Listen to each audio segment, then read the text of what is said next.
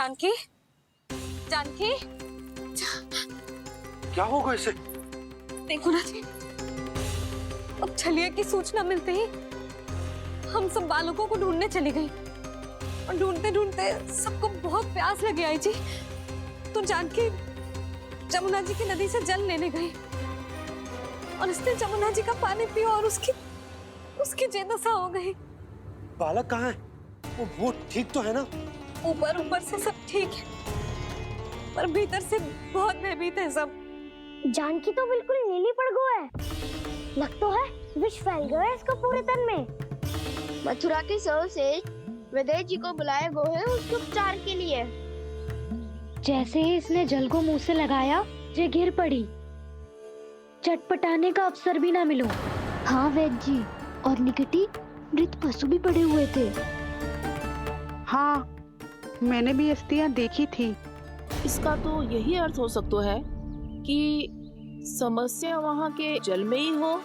वैद्य जी, आप रोगी की नाड़ी पे ध्यान दो ना। जे गोपिया क्या कह रही है उसे सुनने की आवश्यकता ना है। जब तक विष के कारण का पता नहीं चल जाता, हम उपचार कैसे कर सकते हैं रानी जी? जी, वो निकट ही यमुना जी में एक विशेष क्षेत्र है। ये सब उसी के जल की बात कर रहे हैं। तब तो ऐसा भी हो सकता है कि किसी विषैले सर्प के काटने का प्रभाव हो। पर सर्प के काटने का चिन्ह ना है उसके तन पे। सर्प जब काटतो है तब उसके दांत के चिन्ह बन जाते हैं। मुझे पता है, बड़े बड़े सर्प को काटते हुए देखो है मैंने। एक दिन अब बस कर उज्जवल, ये बड़ी बड़ी हाँकने का समय ना है। पर यदि सर्प ने ना काटो है, फिर जानकी की ये दशा किसने की? अवश्य किसी राक्षस ने की होगी। नाना, कोई विषैला पशु भी तो हो सकता है। यह अवश्य किसी माँ विषैले सर्प के विष से हुआ है। सर्प ने भले ना काटा हो, लेकिन यह अवश्य ही किसी महाविषैले सर्प के विष के कारण हुआ है। कालिया नाग। कालिया नाग?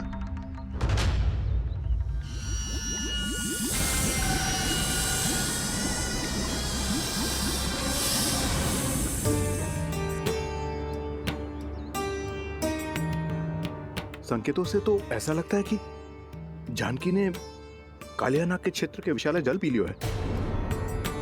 कालिया नाग एक लोक श्रुति है, कल्पना में गढ़ी हुई एक कथा, और कछु ना है।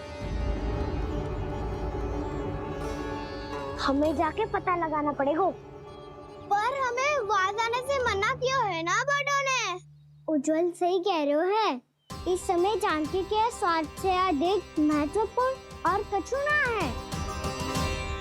जानकी हमारे लिए ही जलाने गई थी जी। ना मैं उसे जाने देती ना जैसा वो तो।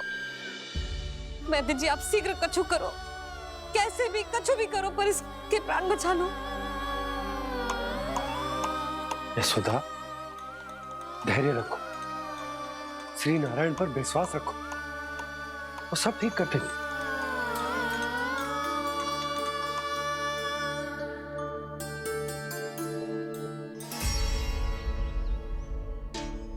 विष की काट की मेरे पास जितनी जड़ी बूटी थी, मैंने सब अर्क बना के पिला दी, पर इसकी दशा में अभी तक कोई सुधार नहीं दिख रहा है। यह अंतिम जड़ी बूटी है। अगर इससे भी चमत्कार नहीं हुआ, तो फिर जो नारायण की इच्छा।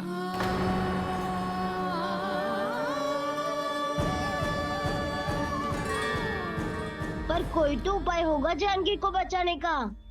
कान्हा, यदि तुझे किसी औषधि के बारे में पता है, हमें बता दे, हम जाके ले आएंगे।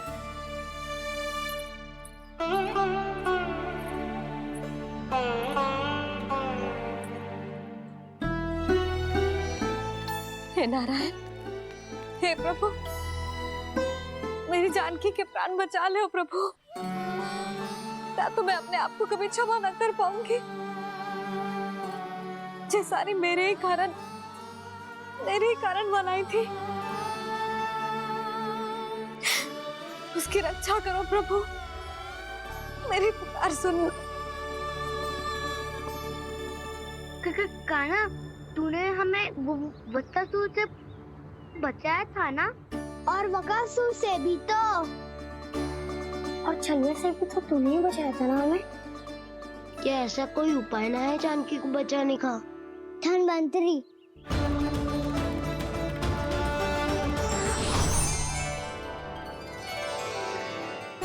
मैं आ गया हूं प्रभु, चिंता मत कीजिए, आपके आदेश का पालन अवश्य होगा। यशोदा मैया,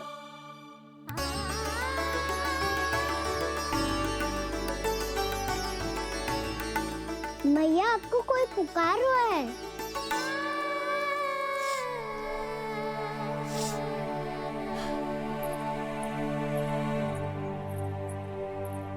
चिंता मत करो मैया, अब धन्वंतरी जी आ गए हैं, वो सब संभाल लेंगे।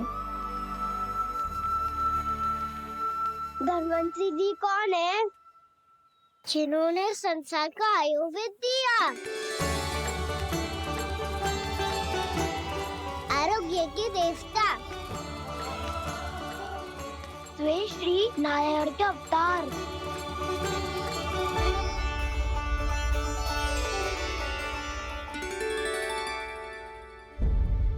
मुझे पता चला है कि आपको वेद की आवश्यकता है।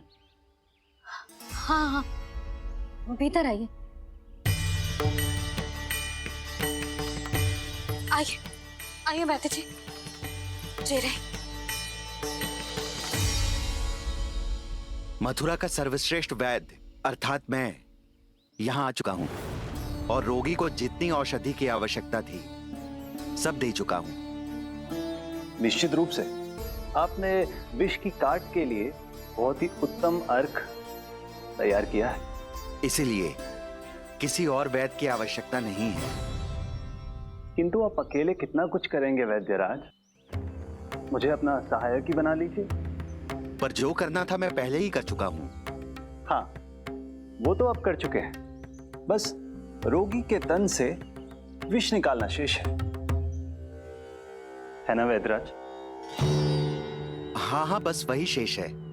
इनके रक्त को विष रहित करने में मैं आपकी सहायता करूंगा।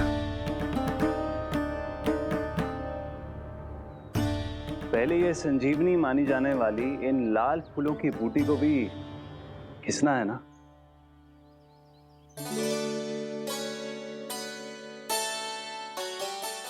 हाँ हाँ, तुम सही कह रहे हो, इसे अच्छे से घिसो।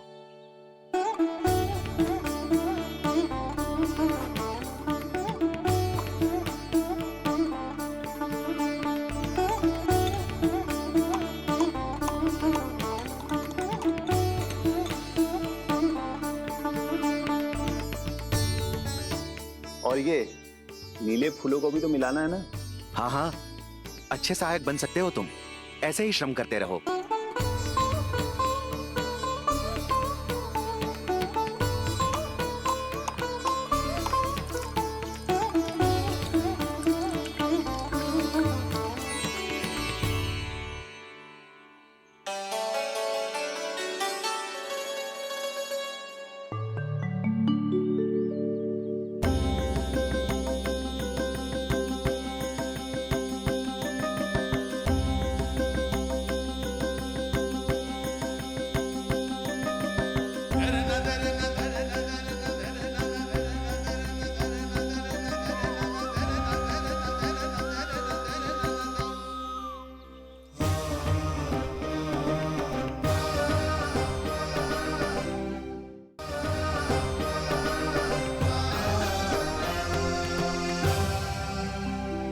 जानकी स्वस्थ तो हो जाएगी ना धन्वंतरी जी?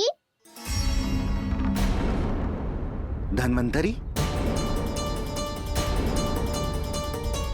प्रभु, अब मैं क्या करूं? आपने तो स्वयं ही मेरी पहचान उजागर कर दी। जी क्या करो कान्हा? आप सब ऐसे क्यों देख रहे हो? मैया कहती है ना, सभी वैद्य धन्वंतरी जी का ही रूप होते हैं। वाह कृष्णा, चतुर तो हो तुम। वैसे वास्तविक धन्वंतरी मैं हूँ, मेरा अर्थ है वास्तविक वैद्य मैं हूँ। ये तो मेरा सहायक है, मुझे पूरा विश्वास है बिल्कुल ठीक हो जाएगी। वैसे ही थोड़े ना मुझे मथुरा का सर्वश्रेष्ठ वैद्य कहते हैं लोग।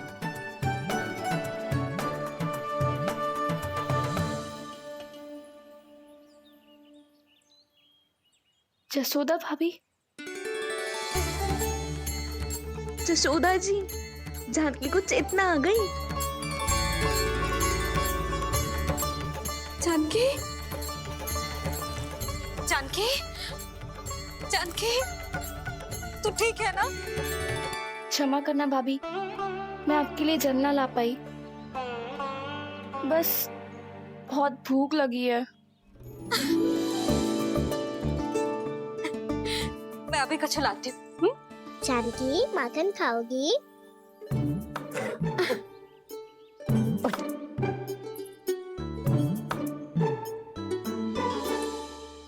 आजा, तू ही खिला दे लल्ला।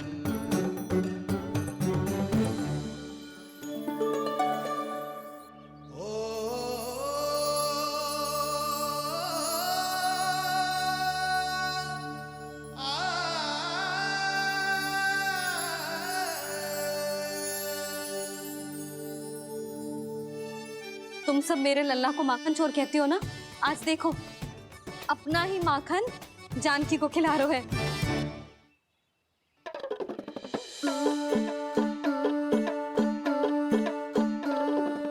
और विश्राम कर लो। सदैव तुम हम सबकी सेवा करती हो, आज मैं तुम्हारी सेवा करूंगा। जानकी की जिज्ञासा तब हुई जब जय यशोदा काकी की सेवा कर रही थी, और अब देखो स्वयं भगवान ही इसकी सेवा कर रहे हैं। जानते हो इससे क्या सिद्ध होता है? जो भी यशोदा मैया की पूजा करेगा, अर्थात अपने माता पिता की सेवा करेगा, उनके साथ सम्मान से व्यवहार करेगा, ईश्वर स्वयं उसका ध्यान रखेंगे। कभी धन्वंतरी के रूप में तो कभी स्वयं कान्हा के रूप में। भक्त और भगवान का देखो कैसा ये अनुराग, स्वयं करे सेवा प्रभु, अद्भुत गोपी का भाग्य। प्रभु इन सब पृथ्वीवासियों से कितना घुल मिल गए हैं। ना तो ये प्रभु को भगवान मानते हैं और ना ही प्रभु अपने आप को इनसे सर्वश्रेष्ठ समझते हैं। अपने आचरण से ये सिद्ध कर रहे हैं कि ये सभी में हैं और सभी इनका ही अंश है।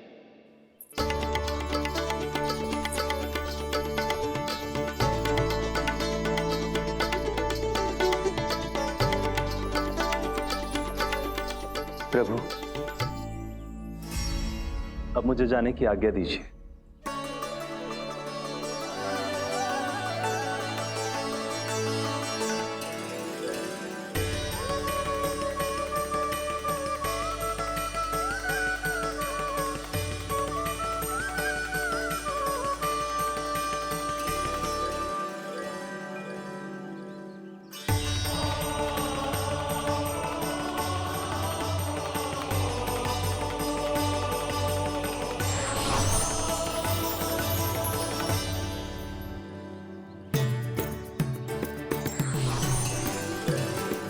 कान्हा ने तो सच्ची में धन्वंतरी जी को बुला लिया था।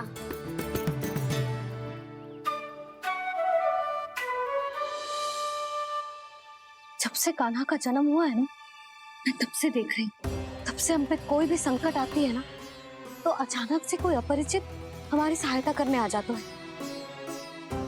और जाते समय कान्हा की आज्ञा लेके जाते है, और कभी कभी तो इसे प्रभु बोल के जाते है। बाबा संभालो।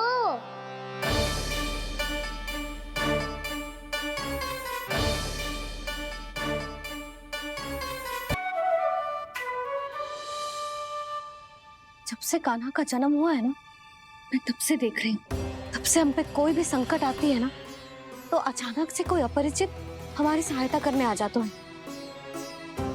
और जाते समय कान्हा की आज्ञा लेके जाते हैं, और कभी कभी तो इसे प्रभु बोल के जाते हैं। बाबा संभालो। यशोदा, इस जानकी को चढ़ो है और विचित्र विचार तुम्हारे मन में है। अरे सब जानते हैं कि हमारा परिवार राजसी, तुम्हें पता ना चलता हो वो, पर हमारे कान्हा को सब राजकुमार ही समझते हैं देखकर। इसीलिए उसे सम्मान देने के लिए सब ऐसा ही करते हैं, और कोई बात ना है।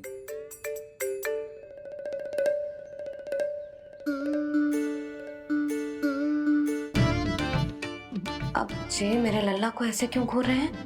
बुरी दृष्टि लगाएंगे क्या? वैद्यराज जी, आपके सहायक तो गए, अब आप यहाँ क्यों? वो क्या है ना, मैं अपने रोगी का निरीक्षण करके पूरी तरह से संतुष्ट होकर ही जाता हूँ।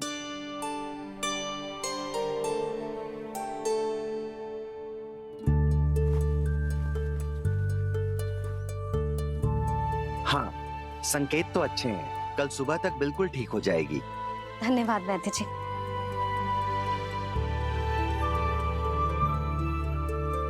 बस तो फिर हम कल पकड़न पकड़ाई खेलेंगे जानकी।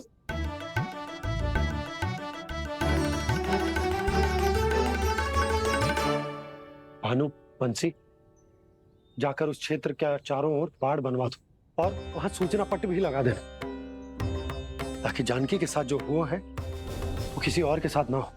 शीघ्र जाओ। जी ठीक है।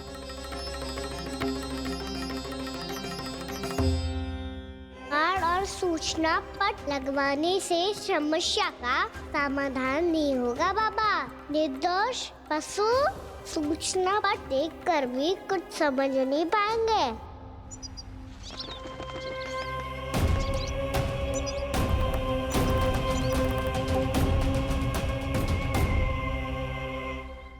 तो तुम्हारे कहने का अर्थ यह है कि व्योमासुर मारा जा चुका है और वो बालक अब भी जीवित है।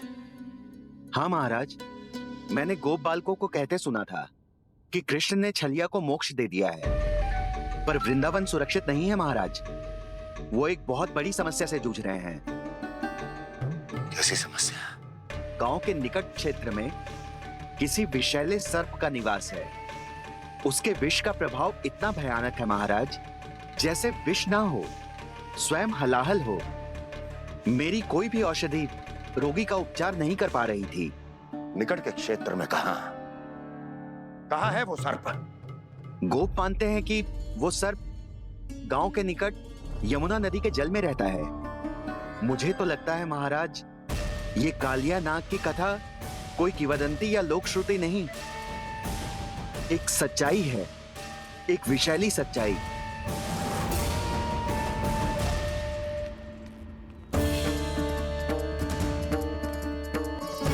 कालिया का सामना करने का समय आ गया है, पर उससे पहले मुझे बुलाना होगा उन्हें।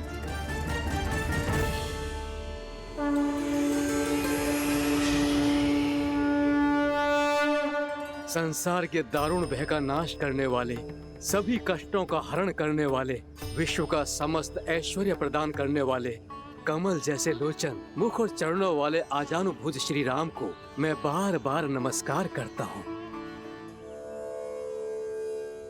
आपदामपहर्तारं दातारं सर्व संपदा, लोकाभिरामं श्री रामं भूयो भूयो नमाम्यहम्। कागभूसोंडी, कागभूसोंडी, कागभूसोंडी। प्रभु क्षमा करें, मुझे जाना होगा।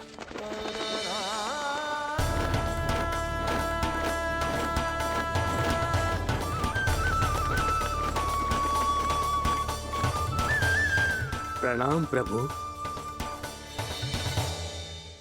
अनेक बार मैं आपके दर्शनों के लिए आया प्रभु। कभी नंद भवन के झरोखों से आपके दर्शन करके चला जाता था, तो कभी दूर किसी वृक्ष की आड़ से आपको निहार लिया करता था। आज आपने स्वयं मुझे बुलाकर धन्य कर दिया प्रभु।